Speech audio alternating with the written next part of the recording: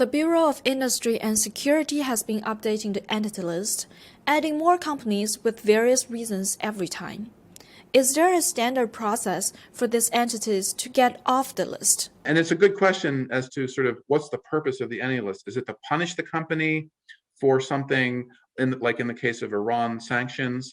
But then, of course, there should be, if the company makes changes, or in the case of ZTE, pays a fine, disciplines executives, then the company, there should be some process for getting the company off the entity list. Now, but again, these are all very much political decisions, right? These are driven not just by sort of legal mandates here, but they're driven by political deployment. So in the case of ZTE, the politics of that situation were complicated, but eventually they were taken off the list.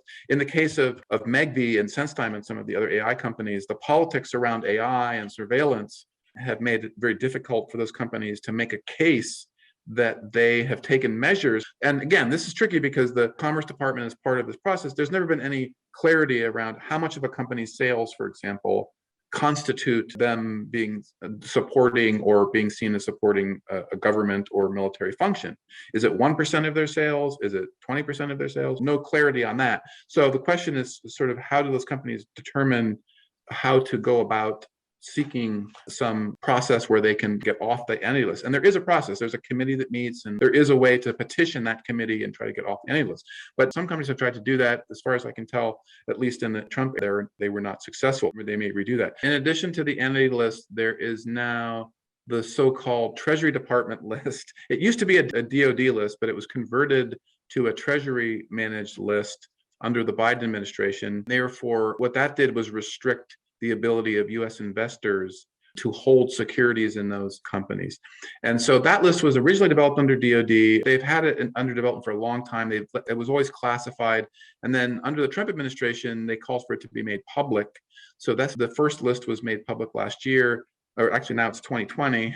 And then there was an executive order issued in November of 2020, which basically made this link between this list and restrictions on investment. And then last year, the Biden administration issued another executive order, which sort of rescinded that and basically created this process overseen by the Treasury Department to add companies to the list, the so-called non-SDN, specially designated national Chinese military industrial complex companies. So non-SDN CMIC. Again, Xiaomi challenged that list, the designation, and the US government took them off the list. And I expected other Chinese companies like SMIC, which was also on that list, and some other Chinese companies like China Telecom and China Unicom to challenge that designation based on Xiaomi's success, right? I mean, it showed that US courts basically said your argument the US government was making in this case was not sufficient.